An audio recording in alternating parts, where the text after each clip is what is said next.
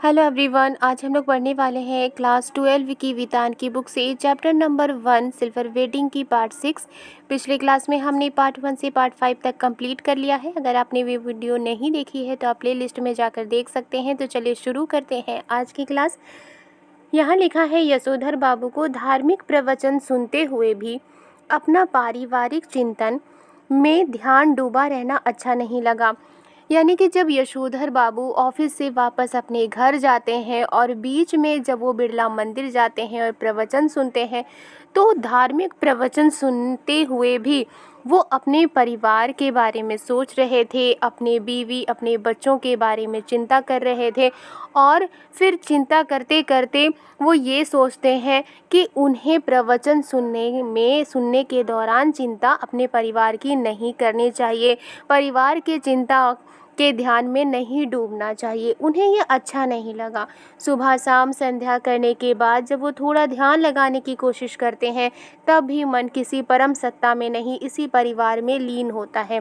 यानी कि सुबह हो या शाम हो या संध्या हो, जब सूरज डूबती है उस वक्त हो, उस वक्त के बाद जब वो थोड़ा ध्यान लगाने की कोशिश करते हैं, भगवान की तरफ ध्यान लगाने की कोशिश करते हैं, तब भी मन किसी परम सत्ता में नहीं, यानी कि दूसरी बातों में नहीं लगता, बल्कि वो उस वक्त भी अपने परिवार के बारे में ही सोचते रहते हैं। यशोधर जी चाहते हैं कि ध्यान लगाने की सही विधि सीखें, तथा साथ ही वो अपने से भी कहते हैं कि परहैप्स ऐसी चीज़ के लिए रिटायर होने के बाद का समय ही प्रॉपर ठहरा। यशोधर जी जब भी ध्यान लगाते हैं तो उन्हें अपने परिवार के बारे में ही ध्यान आता है, और वो ये चाहते हैं कि वो सही तरीके से ध्यान लगाना सीखें। और वो साथ में ये भी कहते हैं कि शायद ऐसी चीज़ के लिए, यानी कि ध्यान लगाने के लिए रिटायर होने के बाद का ही समय ही सही होता है। यानी कि रिटायर होने से पहले लोग ऑफिस में काम करते हैं, बहुत सारी उलझनें होती हैं, घर गृहस्थी संभालना होता है, और इसलिए वो ये सोचते हैं कि जब रिटायर हो जाता है कोई भी इंसान, उसके बाद ही उसके लिए ध्यान लगाना सही होता है। वानप्रस्थ के लिए प्रेस्क्राइब्ड ठहरी ये चीज़ें। वानप्रस्थ क्या होता है? जीवन के 4 फाउंडेशन होते हैं, जीवन के 4 नियम होते हैं जिंदगी से रिलेटेड। वो क्या है? एक होता है ब्रह्मचर्य, दूसरा होता है गृहस्थ, और तीसरा होता है वानप्रस्थ, और चौथा होता है सन्यास। यानी कि जो वानप्रस्थ है वो जीवन का कितना भाग है, कौन सा भाग है? वो तीसरा भाग है। यानी कि जब कोई इंसान जंगल चला जाता है अपने परिवार से दूर, वो जंगल में जाकर रहता है, उसे कहते हैं वानप्रस्थ जीवन। और वानप्रस्थ जीवन का एक नियम है कि कोई भी जंगल में जाकर के जब रहता है तो उसके परिवार वाले किसी भी सलाह के लिए उसके पास जाकर सलाह पूछ सकते हैं। लेकिन जब वो संन्यास ले लेता है तो उस वक्त कोई भी परिवार का व्यक्ति भी उससे नहीं मिल सकता, वो सांसारिक बातों से दूर हो जाता है। इसलिए यहाँ पर वानप्रस्थ जीवन का कौन सा हिस्सा है? तीसरा हिस्सा है। जब लोग, कोई ये चाहता है कि वो जंगल में जा कर के रहे, तो उसको क्या कहते हैं? वानप्रस्थ कहते हैं। यशोधर पंत कहते हैं कि वानप्रस्थ के लिए प्रेस्क्राइब्ड ठहरी ये चीज़ें। कौन सी चीज़ें प्रेस्क्राइब्ड ठहरी? कि रिटायर होने के बाद ध्यान लगाना। वानप्रस्थ के लिए यशोधर बाबू का अपने पुश्तैनी गांव जाने का इरादा है रिटायर होकर। और वानप्रस्थ के लिए यशोधर बाबू कहाँ जाना चाहते हैं? रिटायर होने के बाद अपने पुश्तैनी गांव जाना चाहते हैं, अपने दादा परदादा जहाँ रहते थे वहाँ जाना चाहते हैं। Far from the madding crowd समझे। यशोधर पंत क्या कहते हैं कि पागल बना देने वाली भीड़ से दूर वो कहाँ जाना चाहते हैं? वानप्रस्थ के लिए यशोधर बाबू अपने पुश्तैनी गांव जाना चाहते हैं। इस तरह की तमाम बातें यशोधर बाबू पैदाइशी बुजुर्गवार किसनता के शब्दों में और उनके ही लहजे में कहा करते हैं, और कहकर उनकी तरह की वो झेपी सी, लगभग नकली सी हंसी हंस देते हैं। जब तक किसनदा दिल्ली में रहे, यशोधर बाबू नित्य नियम से हर दूसरी शाम उनके दरबार में हाजिरी लगाने पहुंचते रहे। जो भी बातें यशोधर पंत कहा करते थे वो किसके सिखाए हुए पर कहा करते थे? वो किसनदा के परंपराओं को सीख करके ही वो इस तरह की बातें किया करते थे। चूँकि यहाँ पर लिखा हुआ है पैदाइशी बुजुर्गवार किसनदा, यानी कि किसनदा को पैदाइशी बूढ़ा बताया गया है। और ये किसने बताया था? यशोधर पंत की पत्नी किसनदा को पैदाइशी बूढ़ा कहा करती थी। और इसलिए यहाँ लिखा है कि जो भी इस तरह की तमाम बातें यशोधर पंत किया करते थे वो पैदाइशी बुजुर्गवार किसनदा के शब्दों में ही कहा करते थे। जिस तरह से किसनदा कहा करते थे वैसे ही यशोधर पंत भी कहा करते थे। और जिस तरह से किसनदा का टोन हुआ करता था, जिस तरह का लहजा हुआ करता था, उसी लहजे में, उसी बात करने के अंदाज में यशोधर पंत भी इस तरह की बातें किया करते थे। और कहकर जिस तरह से किसनदा एक झेपी सी, लगभग नकली सी हंसी हंसते थे, उसी तरह से यशोधर पंत भी झेप कर नकली सी हंसी हंस देते थे। जब तक किसनदा दिल्ली में रहे थे, यशोधर बाबू नित्य नियम से, यानी कि रेगुलर और हमेशा वो हर दूसरी शाम उनके दरबार में हाजिरी लगाने पहुंचते रहे। यानी यशोधर पंत हर दिन शाम को किसनदा के घर जाया करते थे, उनसे मिला करते थे। स्वयं किसनदा हर सुबह सैर से लौटते हुए अपने इस मानस पुत्र के क्वार्टर में झांकना और हेल्दी वेल्दी एंड वाइज बन रहा है ना भाऊ, ऐसा कहना कभी नहीं भूलते। खुद भी किसनदा जब हर सुबह सैर करके लौटते थे वो भी यशोधर पंत के क्वार्टर में झांकते थे और उनसे मिलते थे और उनसे क्या कहते थे? हेल्दी वेल्दी एंड वाइज, ऐसा कहना वो कभी नहीं भूलते थे। जब यशोधर बाबू दिल्ली आए थे तब उनकी सुबह थोड़ी देर से उठने की आदत थी, यानी कि यशोधर बाबू, यशोधर पंत सुबह में देर से उठते थे। किसनदा ने उन्हें रोज़ सुबह झकझोर कर उठाना और साथ में सैर में ले जाना शुरू किया। और किसनदा उन्हें रोज़ सुबह झकझोर कर उठाते थे और उन्हें अपने साथ सैर में ले जाते थे। और ये मंत्र दिया, कौन सा मंत्र दिया?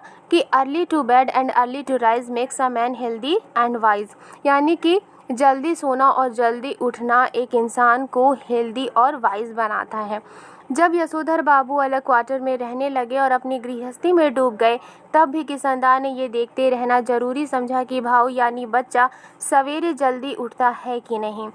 यहाँ लिखा है कि जब यशोधर बाबू अलग क्वार्टर में रहने लगे थे और अपनी गृहस्थी में डूब गए थे, यानी कि अपने परिवार की देख रेख में वो डूब गए थे, जिम्मेदारी निभा रहे थे, तब भी किसनदा ने ये देखते रहना ज़रूरी समझा कि भाऊ यानी कि बच्चा सवेरे जल्दी उठता है कि नहीं, यानी कि यशोधर पंत जल्दी सुबह उठते हैं कि नहीं।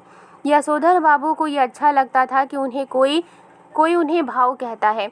यशोधर बाबू को ये अच्छा लगता था कि कोई उन्हें बच्चा कहता है।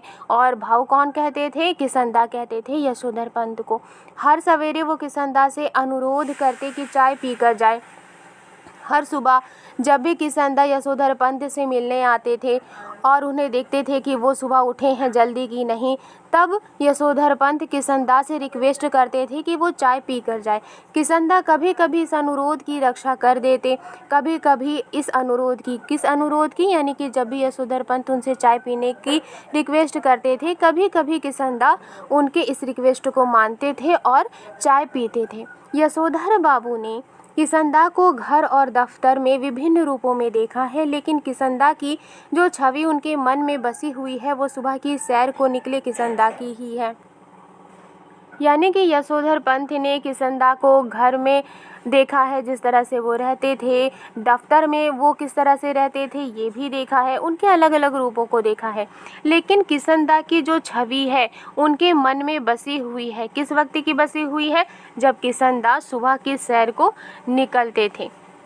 कुर्ते पजामे के ऊपर ऊनी गाउन पहने, सिर पर गोल विलायती टोपी और पाँव में देसी खड़ाऊं धारण किए हुए और हाथ में कुत्तों को भगाने के लिए एक छड़ी लिए हुए। और किसनदा सुबह में किस तरह से सैर में जाया करते थे? वो सुबह में कुर्ता पजामा पहना करते थे और उसके ऊपर से ऊनी गाउन पहना करते थे और उनके सिर पर गोल विलायती टोपी हुआ करती थी और पाँव में देसी खड़ाऊं वो पहने हुए होते थे और हाथों में कुत्तों को भगाने के लिए एक छड़ी वो ले लेते थे। हैं। जब तक किसंदा दिल्ली में रहे तब तक यशोधर बाबू ने उनके पट्ट शिष्य और उत्साही कार्यकर्ता की भूमिका पूरी निष्ठा से निभाई। यानी कि जब तक किसंदा दिल्ली में रहे, चूँकि रिटायर होने के बाद उन्होंने एक किराए का क्वार्टर भी ले लिया था और उसी में रहते थे और फिर उसके बाद वो अपने गांव चले गए थे। तो जब तक किसंदा दिल्ली में रहे थे तब तक यशोधर बाबू उनके शिष्य होने की जो शिष्य जो वो बने हुए थे किसंदा की और उत्साही कार्यकर्ता, यानी कि वो हमेशा किसंदा की बातों को माना करते थे। एक कार्यकर्ता होता है जो उत्साहित होता है, अपने लीडर की बात हमेशा मानता है, तो उसी तरह से यशोधर पंत किसंदा की बातों को माना करते थे और इस तरह का शिष्य होना और उत्साही कार्यकर्ता की जो भूमिका है यशोधर पंत ने पूरी निष्ठा से निभाई, पूरे फर्ज से निभाया।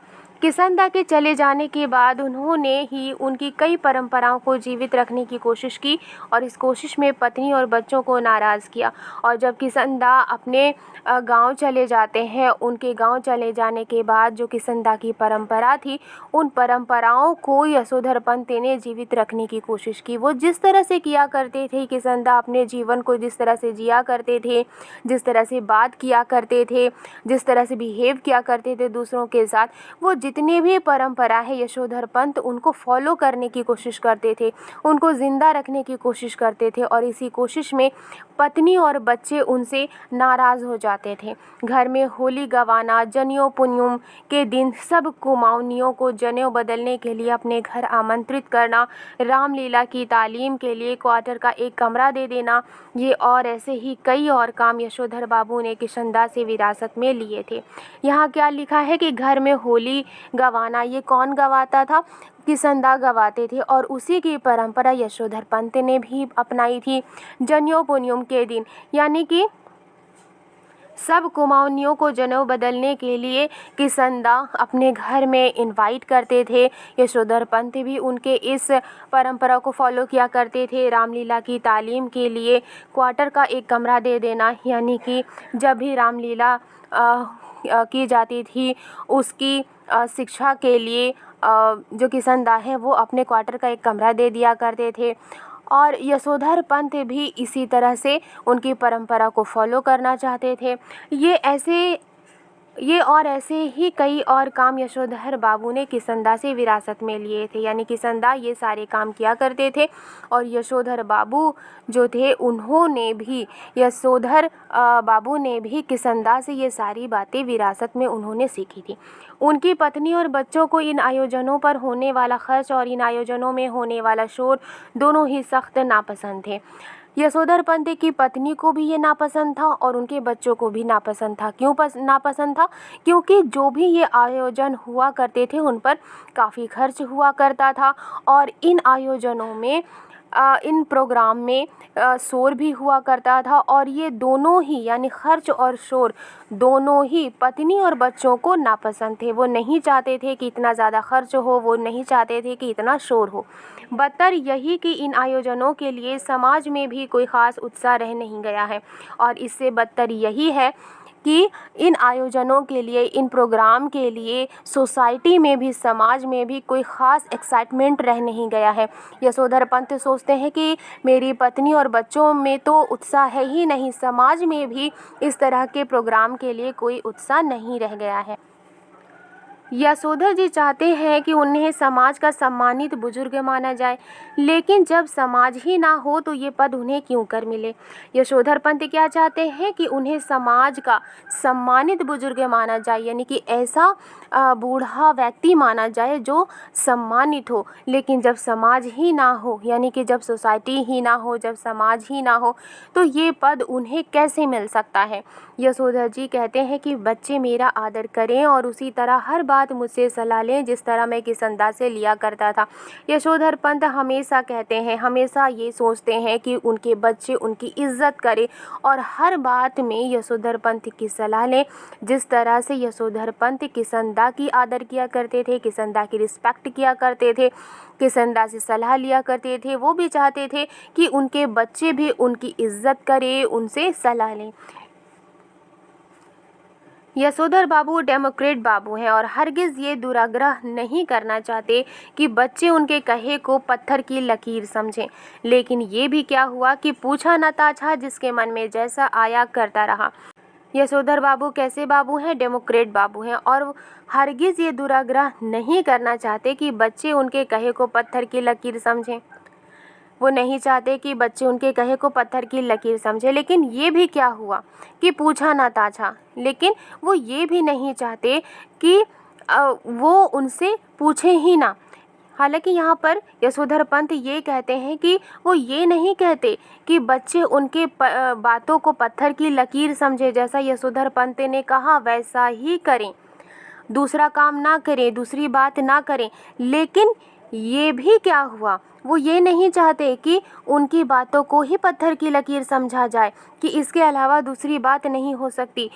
वो ऐसा नहीं चाहते हैं।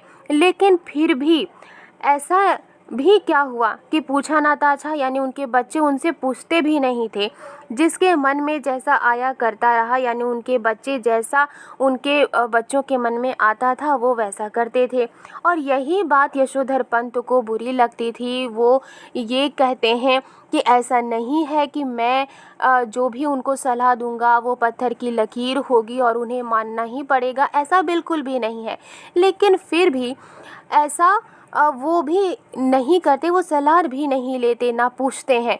उनके मन में जैसा आता है वो वैसा ही करते हैं। ग्रांटेड तुम्हारी नॉलेज ज़्यादा होगी, लेकिन एक्सपीरियंस का कोई सब्स्टिट्यूट ठहरा नहीं बेटा। वो क्या सोचते हैं कि उनके बच्चे के मन में जैसा आता है उनके बच्चे वैसा ही करते हैं। यहाँ वो कहते हैं कि ग्रांटेड तुम्हारी नॉलेज ज़्यादा होगी, यानी कि हो सकता है, ये गारंटी है कि मुझसे ज़्यादा समझ तुम में होगी, लेकिन एक्सपीरियंस का कोई सब्स्टिट्यूट ठहरा नहीं बेटा। यानी कि जो एक्सपीरियंस मेरे पास है वो एक्सपीरियंस तुम्हारे पास नहीं है। हो सकता है कि तुम्हारी जो नॉलेज है वो मुझसे ज़्यादा हो, लेकिन उस नॉलेज से ज़्यादा मेरे पास एक्सपीरियंस है। मानो ना मानो, झूठे मुंह से सही एक बार पूछ तो लिया करो, ऐसा कहते हैं यशोधर बाबू। और बच्चे यही उत्तर देते हैं, बब्बा आप तो हद करते हैं, जो बात आप जानते ही नहीं आपसे क्यों पूछे। यहाँ यशोधर पंत अपने बच्चों से कहते हैं कि मानो ना मानो, झूठे मुंह से सही। वो क्या अपने बच्चों को कहते हैं कि तुम मेरी सलाह को मानो या मेरी सलाह को मत मानो, लेकिन झूठे मुंह से ही सही एक बार पूछ तो लिया करो, किसी भी बात को एक बार पूछ तो लिया करो, सलाह ले लिया करो। ऐसा वो अपने बच्चों से कहते हैं। और उनके बातों को सुनकर उनके बच्चे उनसे क्या कहते हैं कि बब्बा आप तो हद करते हैं, जो बात आप जानते ही नहीं आपसे क्यों पूछे। ये बातें कौन करते हैं? ये बातें यशोधर पंत के बच्चे अपने पिता से यानी यशोधर पंत से कहते हैं कि बब्बा आप तो हद करते हैं, जो बात आप जानते ही नहीं आपसे क्यों पूछें। प्रवचन सुनने के बाद यशोधर बाबू सब्जी मंडी गए। यशोधर बाबू को अच्छा लगता अगर उनके बड़े बेटे होने पर अपनी तरफ से ये प्रस्ताव करते कि दूध लाना, राशन लाना, CGHS डिस्पेंसरी से दवा लाना, सदर बाज़ार जाकर दालें लाना, पहाड़गंज से सब्जी लाना, डिपो से कोयला लाना, ये सब काम आप छोड़ दें, अब हम कर दिया करेंगे। एक आध बार बेटों से खुद उन्होंने ही कहा। तब वे एक दूसरे से कहने लगे कि तू क्या कर, तू क्यों नहीं करता। इतना कोहराम मचा और लड़कों ने एक दूसरे को इतना ज़्यादा बुरा भला कहा कि यशोधर बाबू ने इस विषय को उठाना भी बंद कर दिया। यशोधर बाबू बिड़ला मंदिर में प्रवचन सुनते हैं और प्रवचन सुनने के बाद वो सब्जी मंडी जाते हैं। यशोधर बाबू को ये अच्छा लगता कि अगर उनके बेटे बड़े होने पर अपनी तरफ से ये प्रस्ताव करते, अपनी तरफ से यशोधर पंत को ये ऑफ़र देते कि वो दूध भी ला देंगे, राशन भी ला देंगे, CGHS डिस्पेंसरी से वो दवा भी ला देंगे। उनके बच्चे ये कहते कि सदर बाज़ार जाकर वो दालें ला देंगे, पहाड़गंज से सब्जी ला देंगे, डिपो से कोयला ला देंगे। अगर ये सारी बातें यशोधर पंत के बच्चे कहें कि ये सारे काम आप हम पर छोड़ दें, हम कर दिया करेंगे। तो यशोधर बाबू को अच्छा लगता। उन्होंने एक दो बार बेटों से खुद उन्होंने कहा था कि वो ये सारे काम करें। तब उनके बेटे एक दूसरे से कहने लगे थे कि ये सारे काम तुम करो, दूसरा बेटा कहता तीसरे को कि तुम करो, तीसरा कहता दूसरे को कि तुम करो। और इस तरह से करते करते उनके बीच में लड़ाई हो जाती, घर में कोहराम मच जाता और लड़के यानी कि यशोधर पंत के बच्चे एक दूसरे को इतना ज़्यादा बुरा भला कहने लगते कि यशोधर पंत ने इस विषय को उठाना भी बंद कर दिया। किस विषय को उठाना बंद कर दिया कि वो बाहर से जो काम यशोधर पंत किया करते थे सारे सामान को लाने का, वो इस विषय को उठाना भी उन्होंने बंद कर दिया। यानी कि अब वो बोलना भी अपने बच्चों को बंद कर देते हैं। क्यों कर देते हैं बंद? क्योंकि उनके बच्चे आपस में ही लड़ने लगते हैं और कोई भी उनका बच्चा ये नहीं कहता कि जो काम उनके पिता कर रहे हैं अब वो काम खुद कर लेंगे। आपस में ही वो लोग लड़ना शुरू कर देते थे और वो एक दूसरे को कहा करते थे कि वो ये सारे काम करे और इस तरह से आपस में उनकी लड़ाई हो जाती थी। और यशोधर पंत उनको लड़ता हुआ देखकर इस विषय को उन्होंने उठाना भी बंद कर दिया। वो सारे काम खुद करते थे। जब से बेटा विज्ञापन कंपनी में बड़ी नौकरी पर गया है तब से बच्चों का इस प्रसंग में एक ही वक्तव्य है, बाबा हमारी समझ में नहीं आता कि इन कामों के लिए आप एक नौकर क्यों नहीं रख लेते, ईज़ा को भी आराम हो जाएगा। कमाओ बेटा नमक छिड़कते हुए ये भी कहता है कि नौकर की तनख्वाह मैं दे दूंगा।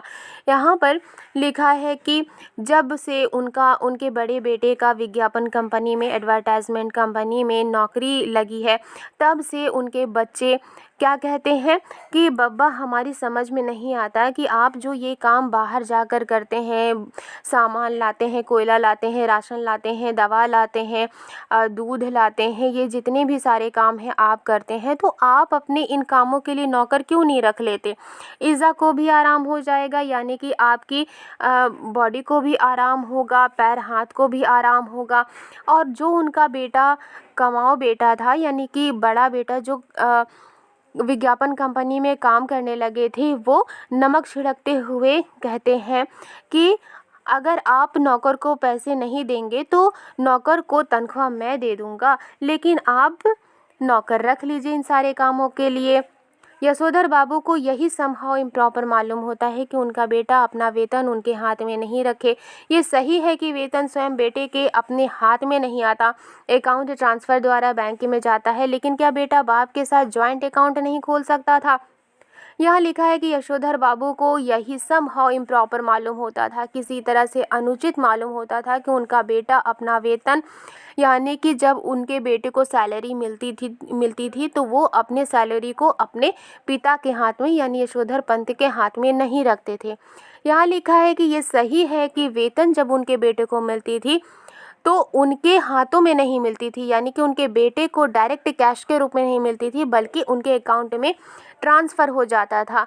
वो पैसा वो सैलरी उनके बैंक में जाता था। लेकिन वो ये सोचते हैं कि उनके बेटे का अकाउंट अलग है, क्या बेटा बाप के साथ जॉइंट अकाउंट नहीं खोल सकता था? झूठे मुंह से ही सही एक बार ऐसा कहता तो तिस पर बेटे का अपने वेतन को अपना समझते हुए बार बार कहना कि ये काम मैं अपने पैसे से करने को कह रहा हूँ, आपके से नहीं जो आप नुक्ताचीनी करें। यशोधर पंत सोचते हैं कि झूठे मुंह से ही सही एक बार कहता तो सही कि बब्बा मैं आपके अकाउंट के साथ ही जॉइंट अकाउंट खोलना चाहता हूँ। ये यशोधर पंत सोचते हैं कि उनका बेटा ऐसा कहता तो। इस बात पर बेटे का अपने वेतन को अपना समझते हुए यानी उनका बेटा अपने वेतन को अपना समझता है, किसी और का नहीं समझता है। और ये समझते हुए बार बार वो ये कहता है कि ये काम मैं अपने पैसे से करने को कह रहा हूँ। कौन सा काम? कि नौकर को रख लीजिए, ये काम मैं अपने पैसे से करने को कह रहा हूँ, आपके से नहीं। यानी कि मैं ये नहीं कह रहा हूँ कि आप नौकर को पैसे दीजिए, मैं उनका तनख्वाह दे दूँगा, इसलिए आप नुक्ताचीनी ना करें। इस क्रम में बेटे ने पिता का ये क्वार्टर तक अपना बना लिया है और इसी क्रम में बेटे ने पिता का ये क्वार्टर यानी कि जिस क्वार्टर में यशोधर पंत रहते थे उस क्वार्टर को भी उसने अपना बना लिया है। अपना वेतन अपने ढंग से वो इस घर पर खर्च कर रहा है। कभी कारपेट बिछवा रहा है, कभी पर्दे लगवा रहा है, कभी सोफ़ा आ रहा है, कभी डनलप वाला डबल बेड और सिंगार मेज। और यहाँ क्या लिखा है कि अपना वेतन यानी कि उनका बड़ा बेटा जो है वो अपनी सैलरी को अपने ढंग से वो खर्च कर रहा है। कभी वो कारपेट बिछवा रहा है, कभी घर में पर्दे लगवा रहा है, कभी सोफ़ा आ रहा है और कभी डनलप वाला डबल बेड आ रहा है। वो इन सारी चीज़ों को खरीद रहा है। कभी वो सिंगार मेज खरीदता है, कभी टीवी, कभी फ्रिज। क्या हुआ ये? और ऐसा भी नहीं कहता कि लीजिए पिताजी मैं आपके लिए टीवी ले आया, और कभी कभी टीवी आ जाता है और कभी फ्रिज आ गया। तो ये हुआ क्या? और यशोधर पंत सोचते हैं कि उनका बेटा ऐसा भी नहीं कहता कि वो अपने पिता से कहे कि मैं आपके लिए टीवी ले आया। वो सिर्फ अपने शौक़ से ले आता है। कहता यही है कि मेरा टीवी है, समझे, इसे कोई ना छुआ करे। क्वार्टर ही उसका हो गया, ये अच्छी रही। अब इनका एक नौकर भी रखो घर में, इनका नौकर होगा तो इनके लिए ही होगा, हमारे लिए तो क्या होगा। ऐसा समझाते हैं यशोधर बाबू घरवाली को। और जब उनका बेटा तरह तरह की चीज़ें अपनी मर्ज़ी से लाता है तो वो यशोधर पंत ये सोचते हैं कि शायद उनका बेटा उनसे ये कहे कि पिताजी मैंने आपके लिए टीवी लाया है, लेकिन वो अपने पिताजी से ऐसी बातें नहीं कहता। कहता यही है कि मेरा टीवी है, समझे। यशोधर पंत का बेटा उल्टा ये कहता है कि जो टीवी मैंने खरीदा है वो टीवी मेरा है, समझे, इस टीवी को कोई ना छुआ करे। क्वार्टर ही उसका हो गया, यानी कि सारी चीज़ें अपनी मर्ज़ी से वो करता है और उसका क्वार्टर भी हो गया, ये अच्छी रही। अब इनका एक नौकर भी रखो एक घर में, यानी कि वो ये चाहता है कि इस घर में एक नौकर रहे और उसकी तनख्वाह भी वो देगा, यानी यशोधर पंत का बेटा देगा। अब इनके लिए एक नौकर भी रखो, इनका नौकर होगा तो इनके लिए ही होगा, यानी कि यशोधर पंत अपने वाइफ से कहते हैं कि अगर ये नौकर को तनख्वाह देगा तो नौकर भी तो इसी का ही होगा, हमारे लिए तो क्या होगा, यानी वो नौकर हमारे लिए क्या होगा। ऐसा समझाते हैं यशोधर बाबू घरवाली को। और यशोधर बाबू किसे समझाते हैं? यशोधर बाबू अपनी वाइफ को समझाते हैं। काम सब अपने हाथ से ठीक ही होते हैं, नौकर को सौंपा, कारोबार चौपट हुआ। कहते हैं यशोधर बाबू पत्नी सुनती है मगर नहीं सुनती, पर सुनकर अब चिढ़ती भी नहीं। यहाँ यशोधर बाबू अपनी पत्नी को कहते हैं कि जो भी काम हो अगर उसे अपने हाथों से किया जाए तो वो काम अच्छा होता है, लेकिन अगर उसे नौकर को सौंपा जाता है वो काम करने के लिए तो वो कारोबार चौपट हो जाता है, वो काम चौपट हो जाता है। यशोधर बाबू अपनी पत्नी से कहते हैं, पत्नी सुनती है लेकिन सुन करके भी वो अनसुना कर देती है और सुनकर अब चिढ़ती भी नहीं। सब्जी का झोला लेकर यशोधर बाबू खुदी हुई सड़कों और टूटे हुए क्वार्टरों के मलबे से पटे हुए लानों को पार करके स्क्वायर के उस कोने में पहुंचे जिसमें 3 क्वार्टर अब भी साबुत खड़े हुए थे। उन 3 में से कुल एक को अब तक एक सिलसिला आबाद किए हुए है। बाहर बदरंग तख्ती पर उसका नाम लिखा है YD पंत। यहाँ लिखा है, जब यशोधर पंत सब्जी का झोला लेकर खुदी हुई सड़कों से होकर टूटे हुए क्वार्टरों के मलबे से यानी टूटे हुए क्वार्टरों के अवशेषों को पार करते हुए वो स्क्वायर के उस कोने में पहुँचे, यानी कि उस एरिया के उस कोने में पहुँचे जहाँ 3 क्वार्टर अब भी साबुत खड़े हुए थे, यानी जहाँ पर 3 क्वार्टर अब भी खड़े हुए थे, उनको तोड़ा नहीं गया था। उन तीनों क्वार्टरों में से एक क्वार्टर में अब तक एक सिलसिला आबाद किए हुए है। वो कौन सा सिलसिला है? उनके नाम की बदरंग तख्ती, यानी कि एक क्वार्टर में एक बदरंग तख्ती थी जिनमें उनका नाम YD पंत लिखा हुआ था, यानी कि वो अपने क्वार्टर पहुंच गए थे। इस क्वार्टर के पास पहुंचकर आज YD पंत को पहले धोखा हुआ कि किसी गलत जगह आ गए हैं। क्वार्टर के बाहर एक कार थी, कुछ स्कूटर, मोटरसाइकिल, बहुत से लोग विदा ले रहे थे। बाहर बरामदे में रंगीन कागज़ की झालरें और गुब्बारे लटके हुए थे और रंग बिरंगी रोशनियां जली हुई थीं। जब वो क्वार्टर के पास पहुंचते हैं और उस क्वार्टर के बाहर वो क्या देखते हैं कि कार है लगी हुई है, स्कूटर, मोटरसाइकिल लगे हुए हैं और बहुत से लोग विदा ले रहे हैं और विदा दे रहे हैं। तो वो सोचते हैं कि शायद वो गलत जगह आ गए हैं। बाहर बरामदे में यानी कि क्वार्टर में जो बरामदा है उसमें रंगीन कागज़ की झालरें लगी हुई हैं, गुब्बारे लटके हुए हैं और रंग बिरंगी रोशनियां जली हुई थीं। फिर उन्हें अपना बड़ा बेटा भूषण पहचान में आया, जिससे कार में बैठा हुआ कोई साहब हाथ मिला रहा था और कह रहा था, give my warm regards to your father. और फिर वो अपने बड़े बेटे को देखते हैं। उनके बड़े बेटे का नाम क्या था? भूषण। वो अपने बड़े बेटे भूषण को देखते हैं और उसे पहचान लेते हैं। और उनका बड़ा बेटा कार में बैठे हुए किसी साहब से हाथ मिला रहे थे और कह रहे थे, यानी कि वो जो साहब थे वो यशोधर पंत के बड़े बेटे भूषण से कह रहे थे, give my warm regards to your father. Yashodhar Babu ठिठक गए। उन्होंने अपने से पूछा, क्यों? आज मेरे क्वार्टर में ये क्या हो रहा होगा? उसका जवाब भी उन्होंने अपने को दिया, जो करते होंगे ये लौंडे मोंडे, इनकी माया यही जाने। यहाँ पर यशोधर बाबू ठिठक जाते हैं। वो सोचते हैं कि बाहर इतनी झालरें लगी हुई हैं, लोग विदा ले रहे हैं, लोग विदा दे रहे हैं और उनका बड़ा बेटा एक साहब से हाथ मिला रहा है। वो साहब कह रहे हैं कि मेरा रिगार्ड्स अपने फादर को दे दीजिएगा। ये सारी बातें मेरे क्वार्टर के बाहर क्यों हो रही है, मेरे क्वार्टर में क्यों हो रही है?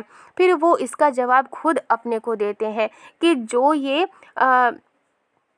लड़के हैं वो इन्हीं की माया है, यही जो करते होंगे यही जाने।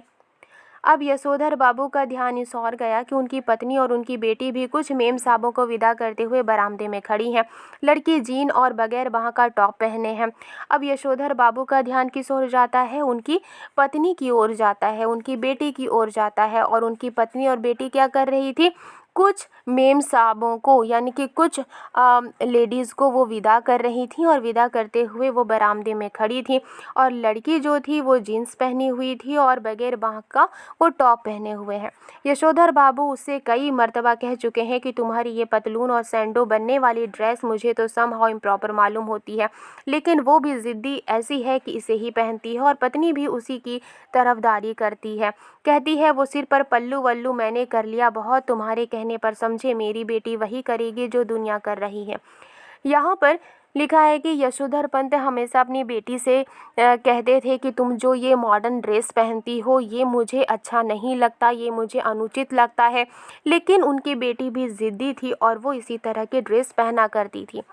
उनकी पत्नी यानी यशोधर पंत की पत्नी भी अपनी बेटी की ही तरफदारी किया करती थी और वो यशोधर पंत से कहती थी कि जिस तरह से मैंने सर पर पल्लू लिया था, आंचल लिया था, वो मैंने कर लिया और तुम्हारे कहने पर किया है। मेरी बेटी वही करेगी जो दुनिया कर रही है, यानी कि मेरी बेटी वैसा करेगी जो उसका दिल करता है, जो दुनिया करती है मेरी बेटी वही करेगी। पुत्री का पक्ष लेने वाली ये पत्नी इस समय ओठों पर लाली और बालों पर खिजाब लगाई हुई थी, जबकि ये दोनों ही चीज़ें आप कुछ भी कहिए यशोधर बाबू को समहाउ इम्प्रॉपर ही मालूम होती हैं। और उनकी पत्नी यानी कि यशोधर पंत की पत्नी इस समय, यानी कि जिस समय घर में पार्टी चल रही थी उस समय अपने ओठों पर लाली यानी कि लिपस्टिक लगाई हुई थी और बालों पर खिजाब लगाई हुई थी।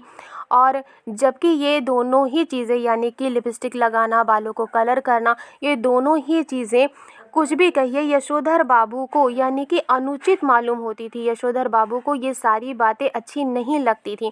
आधुनिक किस्म के अजनबी लोगों की भीड़ देखकर यशोधर बाबू अंधेरे में ही डूब के रहे।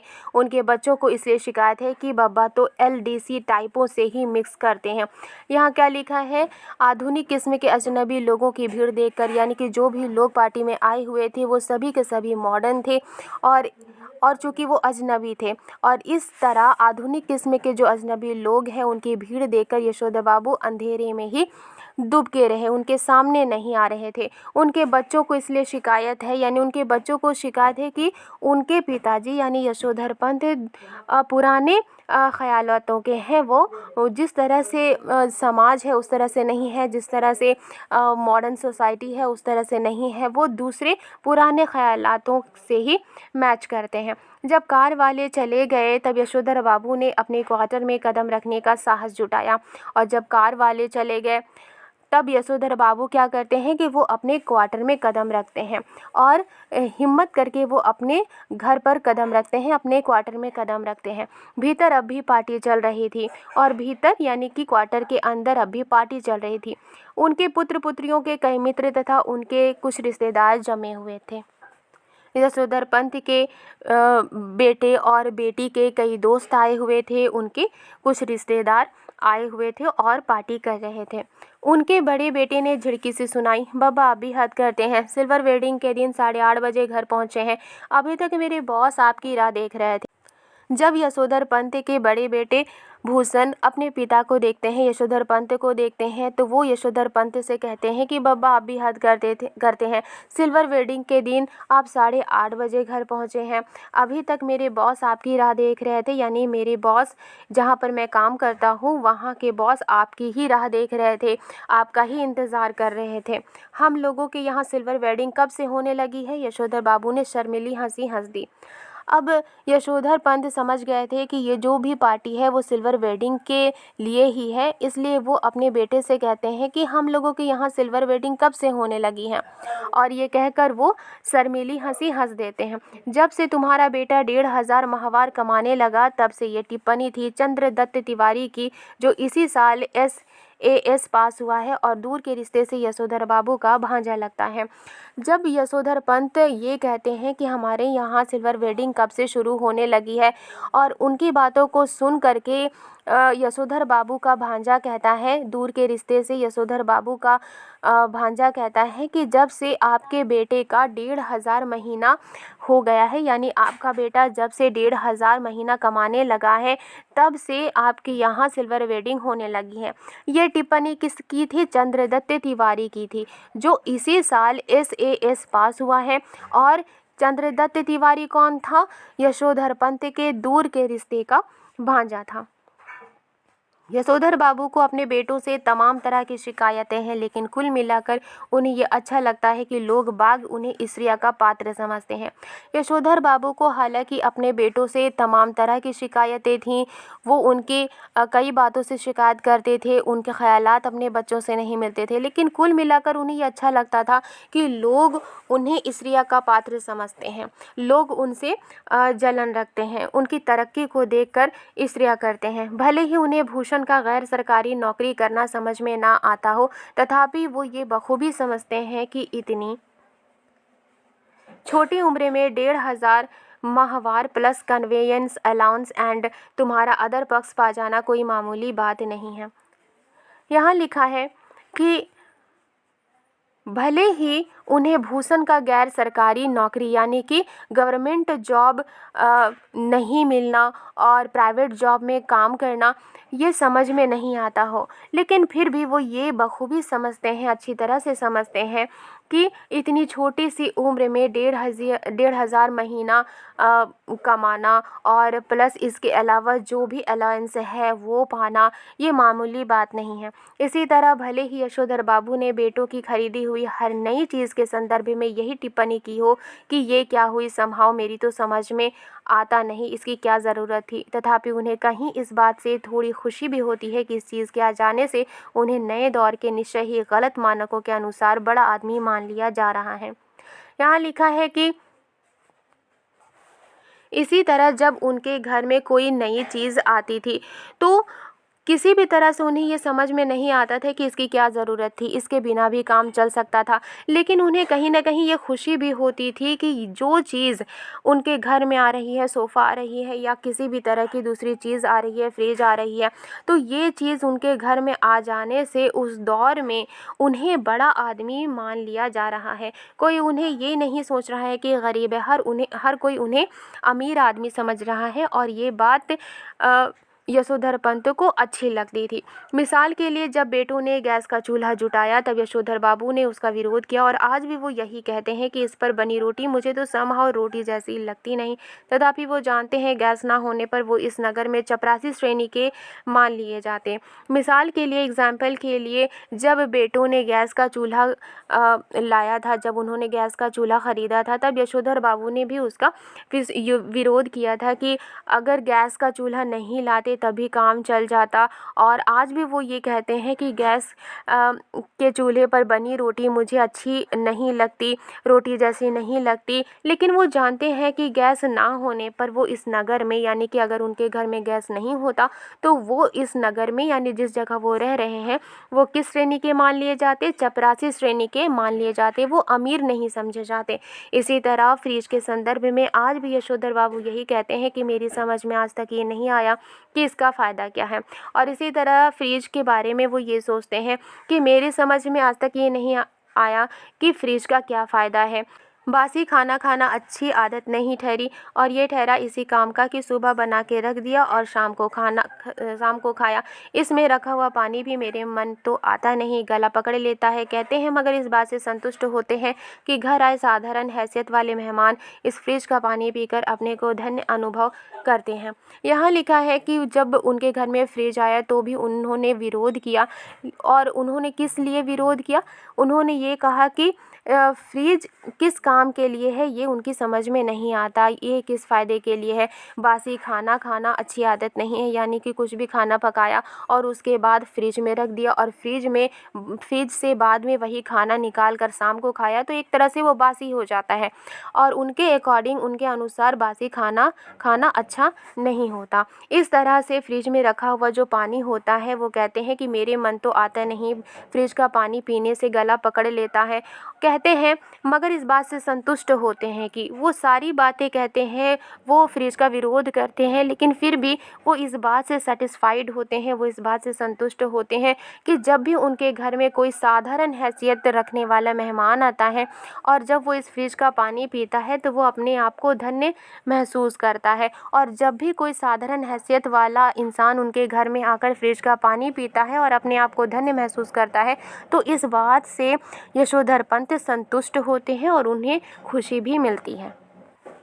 आज के लिए बस इतना ही। वीडियो पसंद आई है तो लाइक एंड सब्सक्राइब करना मत भूलिएगा। मिलती हूँ नेक्स्ट वीडियो में। Thank you. अपने सिल्वर वेडिंग की ये भव्य पार्टी भी यशोधर बाबू को समहाउ इम्प्रॉपर ही लगी, तथापि उन्हें इस बात से संतोष हुआ कि जिस अनाथ यशोधर के जन्मदिन पर कभी लड्डू नहीं आए, जिसने अपना विवाह भी कोऑपरेटिव से 2-4 हज़ार कर्जा निकाल कर किया बगैर किसी खास धूमधाम के, उसके विवाह की 25वीं वर्षगांठ पर केक, 4 तरह की मिठाई, 4 तरह की नमकीन, फल, कोल्ड ड्रिंक्स, चाय सब कुछ मौजूद है। यानी कि अपनी सिल्वर वेडिंग की ये भव्य पार्टी, यानी कि जब उनके शादी के 25 साल पूरे हो गए थे तो उनकी शादी के 25 साल पूरे होने की खुशी में एक बहुत बड़ी पार्टी दी गई थी। यशोधर पंत को ये बहुत बड़ी पार्टी किसी भी तरह से अनुचित लगी। हालांकि उन्हें इस बात से संतोष हुआ, उन्हें इस बात से सेटिस्फैक्शन हुआ कि हालांकि वो अनाथ थे और उनके जन्मदिन पर कभी भी लड्डू नहीं आया था। उन्होंने जब शादी की थी, उनकी शादी भी किस तरह से हुई थी? कोऑपरेटिव से 2-4 हज़ार कर्जा निकाल करके ही उनकी शादी बिना किसी खास धूमधाम के हुई थी।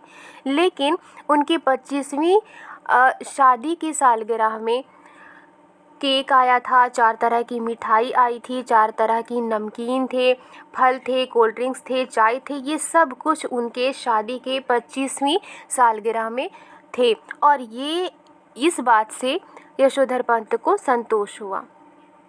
गिरीश बोला, मुझे आज सुबह बैठे बैठे याद आया कि आपकी शादी 6 फरवरी सन 47 को हुई थी और इस हिसाब से आज उसे 25 साल पूरे हो गए हैं। उसी पार्टी में एक गिरीश नाम का एक सज्जन थे, एक लड़का था। वो कहते हैं कि मुझे आज सुबह बैठे बैठे ये याद आया कि आपकी शादी को 6 फरवरी सन 47 को हुई थी। यानी कि गिरीश को ये याद आया कि यशोधर पंत की शादी 6 फरवरी सन 47 को हुई थी और इस हिसाब से यशोधर पंत की शादी को 25 साल पूरे हो गए हैं। मैंने आपके दफ्तर फ़ोन किया लेकिन शायद आपका फ़ोन ख़राब था। गिरीश ने क्या कहा? गिरीश ने कहा यशोधर पंत को कि जब मुझे ये याद आया कि आपकी शादी को 25 साल पूरे हो गए हैं, इसलिए मैंने आपके ऑफ़िस में फ़ोन भी किया था लेकिन शायद आपके ऑफ़िस का फ़ोन ख़राब था। तब मैंने भूषण को फ़ोन किया। भूषण ने कहा शाम को आ जाइए पार्टी करते हैं। फिर वो क्या कहते हैं कि तब मैंने भूषण को फ़ोन किया, यानी यशोधर पंत के बड़े बेटे को फ़ोन किया। भूषण ने कहा शाम को आ जाइए पार्टी करते हैं, मैं अपने बॉस को भी बुला लूँगा इसी बहाने। यशोधर पंत के बड़े बेटे ने क्या कहा गिरीश जी को कि आप भी आ जाइए, शाम को पार्टी करते हैं और इसी बहाने मैं अपने बॉस को भी बुला लूँगा। गिरीश यशोधर बाबू की पत्नी का चचेरा भाई है, बड़ी कंपनी में मार्केटिंग मैनेजर है और इसकी सहायता से ही यशोधर बाबू के बेटे को अपना ये संपन्न साला समहाउ भयंकर उछाट यानी ओछेपन का धनी मालूम होता है। उन्हें लगता है कि इसी ने भूषण को बिगाड़ दिया है। कभी कहते हैं ऐसा तो पत्नी बरस पड़ती है, जिंदगी बना दी तुम्हारे सेकंड क्लास बीए बेटे की, कहते हो बिगाड़ दिया। यानी कि गिरीश कौन थे? यशोधर बाबू की पत्नी के चचेरे भाई थे और इसलिए यशोधर पंत के वो साला थे। हालांकि वो बड़ी कंपनी में मार्केटिंग मैनेजर थे और इसी की मदद से यशोधर बाबू को क्या लगता था कि उनका साला यानी कि गिरीश ओछेपन का धनी है और उन्हें लगता था कि इसी ने यानी कि गिरीश ने ही भूषण को बिगाड़ दिया है। जब कभी वो ऐसा अपनी पत्नी से कहते हैं तो पत्नी उनके ऊपर गुस्सा करती है और वो यशोधर पंत से क्या कहती है कि ज़िंदगी बना दी तुम्हारे सेकंड क्लास बीए बेटे की, यानी कि तुम्हारे बीए बेटे की उसने ज़िंदगी बना दी है और तुम कहते हो कि बिगाड़ दिया है। भूषण ने अपने मित्रों सहयोगियों का यशोधर बाबू से परिचय कराना शुरू किया। भूषण ने क्या किया? अपने मित्रों से, अपने सहयोगियों से यशोधर बाबू का परिचय कराना शुरू किया कि यशोधर बाबू कौन है और ये जो पार्टी दी गई है वो किन के लिए दी गई है।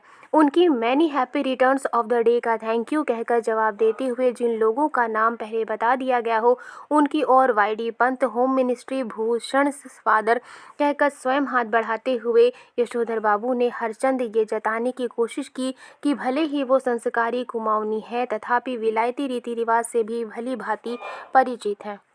जब भूषण अपने मित्रों से, सहयोगियों से यशोधर पंत का परिचय करवा रहे थे और सभी यशोधर पंत को many happy returns of the day कह रहे थे, उसके जवाब में यशोधर पंत उन्हें थैंक यू कहकर जवाब दे रहे थे। और जिन लोगों का नाम वो पहले से जानते थे, जिन लोगों का नाम पहले बता दिया गया था, उनकी ओर YD Pant home ministry Bhushan से फादर कह करके वो खुद ही हाथ बढ़ाते थे। यानी कि भूषण जब मित्रों सहयोगियों से उनका परिचय करवा रहे थे और जिन लोगों का नाम पहले बता दे रहे थे उन लोगों के सामने यशोधर पंत खुद ही हाथ बढ़ाकर क्या कहते थे? वाईडी पंत होम मिनिस्ट्री भूषण से फादर। वो ऐसा इसलिए कहते थे क्योंकि यशोधर पंत हर तरह से ये जताने की कोशिश कर रहे थे कि भले ही वो संस्कारी कुमाऊनी है, यानी कि भले ही वो संस्कार को मानते हैं, परंपरा को मानते हैं, लेकिन फिर भी जो अंग्रेज़ों की रीति रिवाज है, जो विदेशी रीति रिवाज है, उनसे भी भली भांति वो परिचित है। किसनदा कहा करते थे कि आना सब कुछ चाहिए, सीखना हर एक की बात ठहरी, लेकिन अपनी छोड़नी नहीं हुई। टाई सूट पहनना आना चाहिए, लेकिन धोती कुर्ता अपनी पोशाक है, ये नहीं भूलना चाहिए।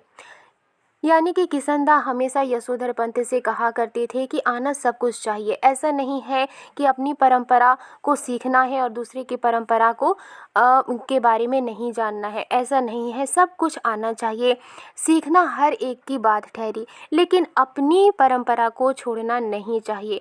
टाई सूट पहनना आना चाहिए, लेकिन धोती कुर्ता चूँकि अपनी पोशाक है, अपनी पोशाक को कभी भूलना नहीं चाहिए। अब बच्चों ने एक और विलायती परंपरा के लिए आग्रह किया। यशोधर बाबू अपनी पत्नी के साथ केक काटे। घर वाली पहले थोड़ा शर्माई, लेकिन जब बेटी ने हाथ खींचा तब उसे केक के पीछे जा खड़ी होने में कोई हिचक नहीं हुई। वहीं से उसने पति को भी पुकारा। अब बच्चों ने एक और कौन सी विदेशी परंपरा के लिए रिक्वेस्ट किया? उनके बच्चों ने यशोधर पंत को और उनकी वाइफ को एक साथ केक काटने को कहा। यशोधर पंत की वाइफ पहले थोड़ा शर्माती हैं, लेकिन जब उनकी बेटी उनका हाथ खींचती हैं तब वो बिना किसी हिचक के केक के पीछे जा खड़ी होती हैं और वहीं से अपने पति को यानी यशोधर पंत को पुकारती हैं। यशोधर बाबू को केक काटना बचकानी बात मालूम हुई। यशोधर पंत को केक काटना अच्छा नहीं लगा, बचकानी बात मालूम हुई, बच्चों वाली बात मालूम हुई। बेटी उन्हें लगभग खींच कर ले गई। यशोधर बाबू ने कहा, somehow I don't like all this. जब उनकी बेटी उन्हें लगभग खींच कर केक के पास ले जाती है, केक काटने के लिए ले जाती है, यशोधर बाबू कहते हैं कि किसी भी तरह से मुझे ये सब पसंद नहीं है। लेकिन एनीवे उन्होंने केक काट ही दिया। लेकिन फिर वो केक काटते हैं। गिरीश ने उनकी ये अनमनी किंतु संतुष्ट छवि कैमरे में कैद कर ली।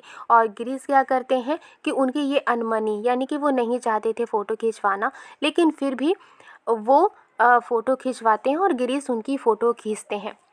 अब पति पत्नी से कहा गया कि वे केक से मुंह मीठा करें और गिरीश ने जब उनकी संतुष्ट छवि यानी कि उनकी फ़ोटो जब वो कैमरे में खींच लेते हैं और उसके बाद पति पत्नी से कहा गया कि वे केक से मुंह मीठा करें एक दूसरे का, यानी कि उनसे कहा गया कि यशोधर पंत अपनी पत्नी को केक खिलाएंगे और उनकी पत्नी यशोधर पंत को केक खिलाएंगी।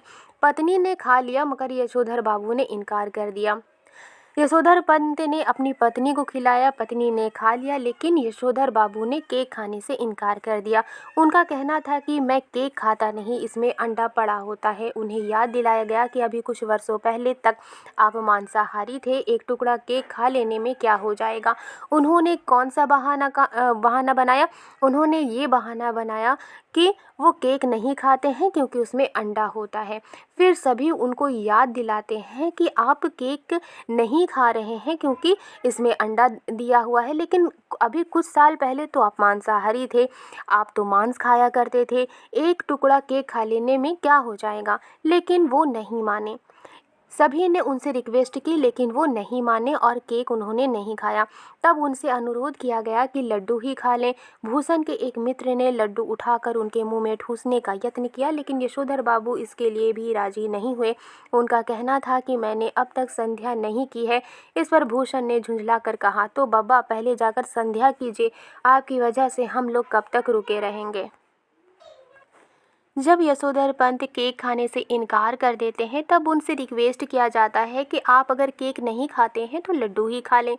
भूषण के एक मित्र ने लड्डू उठाकर उनके मुंह में ठूसने की कोशिश की, यानी कि यशोधर पंत के बड़े बेटे के एक दोस्त ने लड्डू उठाकर उनके मुंह में देने की कोशिश की, उन्हें खिलाने की कोशिश की, लेकिन यशोधर बाबू इसके लिए भी राजी नहीं हुए। उनका कहना था कि उन्होंने अब तक संध्या नहीं की है, यानी कि शाम की पूजा पाठ उन्होंने नहीं की है।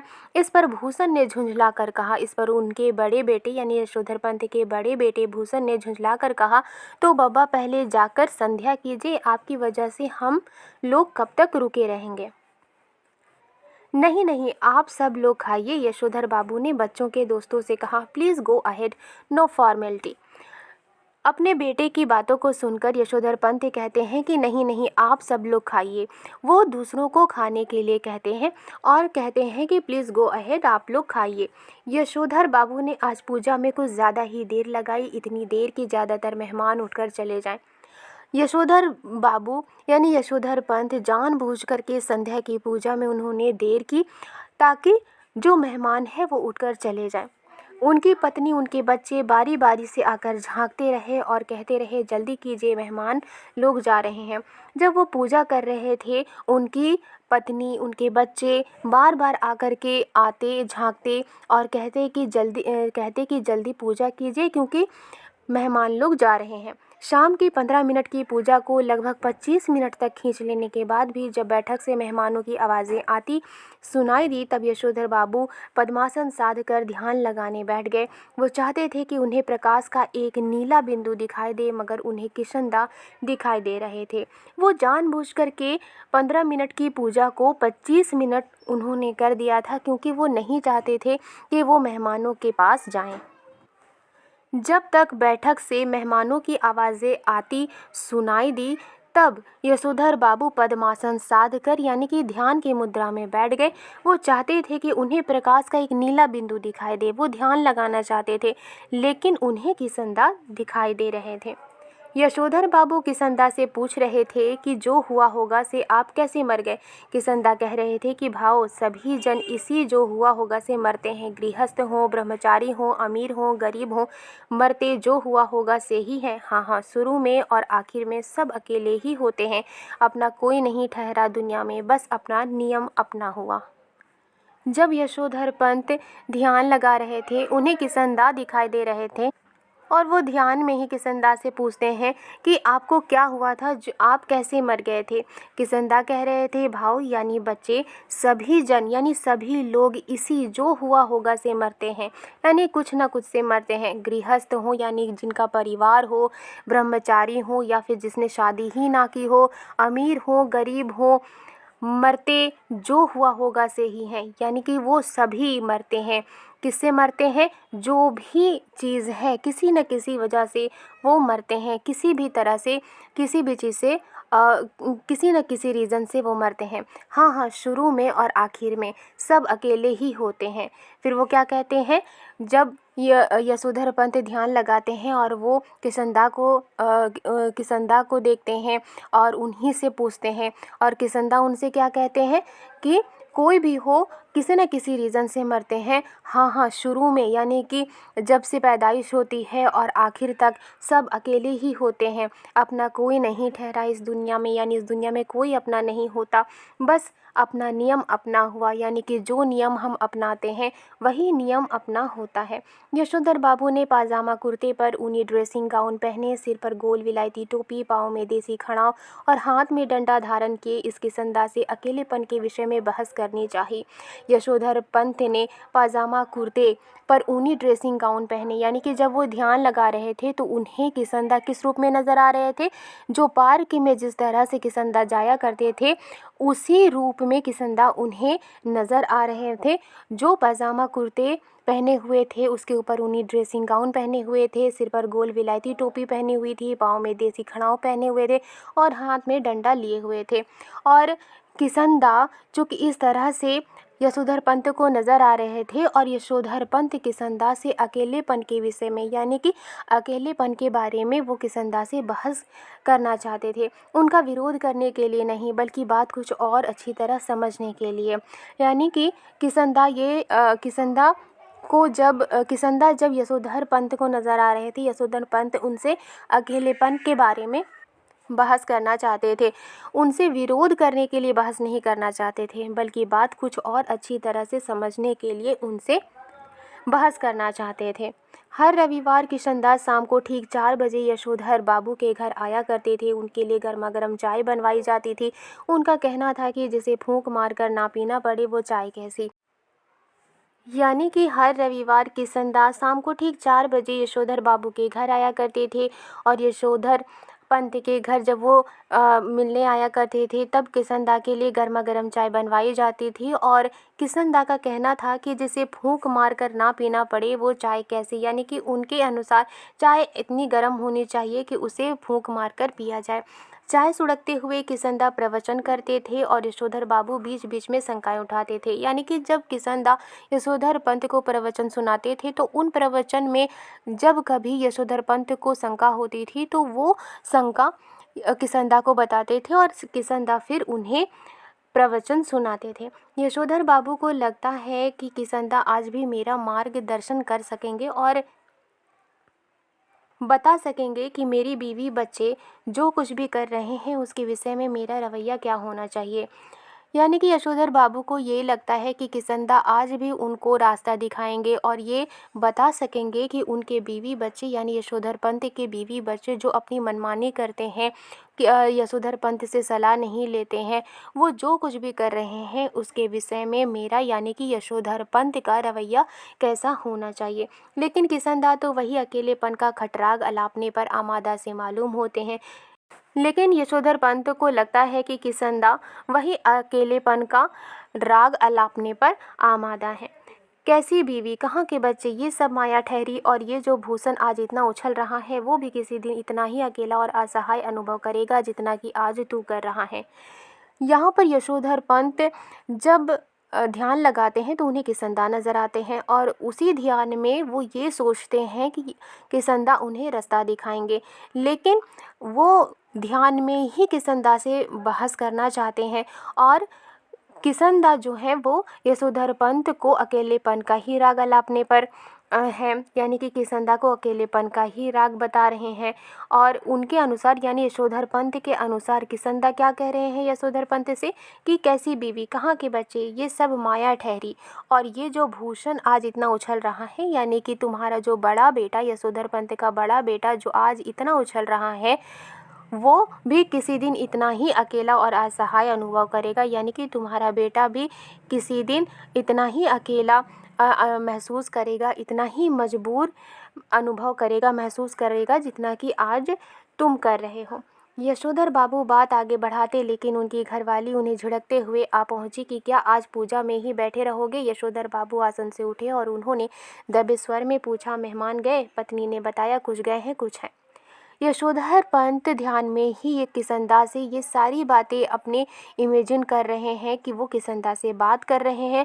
और यशोधर बाबू बात आगे बढ़ाते उनकी पत्नी झिड़कते हुए आ पहुंचती है और यशोधर पंत से कहती है, क्या आज पूजा में ही बैठे रहोगे। यशोधर बाबू आसन से उठते हैं और उन्होंने दबे स्वर में पूछा और उन्होंने दबे लहजे में कहा, मेहमान गए? पत्नी ने बताया, कुछ गए हैं, कुछ है। उन्होंने जानना चाहा कि कौन कौन है। यशोधर पंत ये जानना चाहते थे कि कौन कौन मेहमान है। आश्वस्त होने पर कि सभी रिश्तेदार ही हैं, वो उसी लाल गमछे में बैठक में चले गए जिसे पहनकर वो संध्या करने बैठे थे। जब उन्होंने ये पूछा अपनी पत्नी से कि कौन गया है और कौन है, उनकी पत्नी बताती हैं कि कुछ मेहमान गए हैं और कुछ हैं। फिर वो अपनी पत्नी से पूछते हैं कि कौन कौन है। उनकी पत्नी ये बताती है कि सभी रिश्तेदार हैं।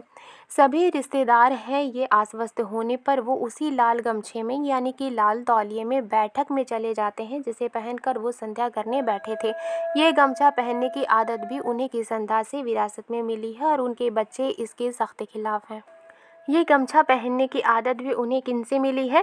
किसंदा से विरासत में मिली है और उनके बच्चे इसके सख्त खिलाफ हैं, यानी कि गमछे के सख्त खिलाफ हैं। Everybody gone, party over. Yashodhar Babu ने मुस्कुराकर अपनी बेटी से पूछा, अब गोया गमछा पहने रखा जा सकता है।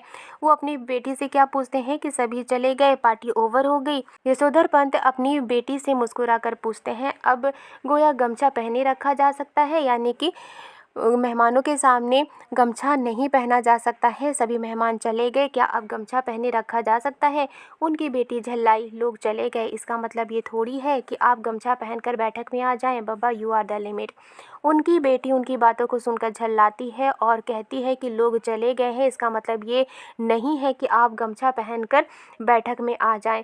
बब्बा, यू आर द लिमिट। बेटी, हमें जिसमें सज आएगी वही करेंगे ना, तुम्हारी तरह जीन पहनकर हमें तो सज आती नहीं। यशोधर पंत अपनी बेटी से कहते हैं कि हमें जिस चीज़ में अच्छा लगेगा, हम जिस चीज़ से सज सकेंगे उसी में रहेंगे ना, तुम्हारी तरह जींस पहनकर हमें तो सजना नहीं आता। यशोधर बाबू की दृष्टि मेज पर रखे कुछ पैकेटों पर पड़ी। बोले, ये कौन भूले जा रहा है? भूषण बोला, आपके लिए प्रेजेंट है, खोलिए ना। यशोधर बाबू की नज़र मेज पर रखे कुछ गिफ्ट पर पड़ती है, कुछ पैकेट पर पड़ती है। बोले कि ये कौन भूले जा रहा है, यानी कि ये कौन भूल गया। भूषण बोला, आपके लिए प्रेजेंट है, खोलिए ना। उनका बड़ा बेटा भूषण कहता है कि आपके लिए गिफ्ट है, खोलिए ना।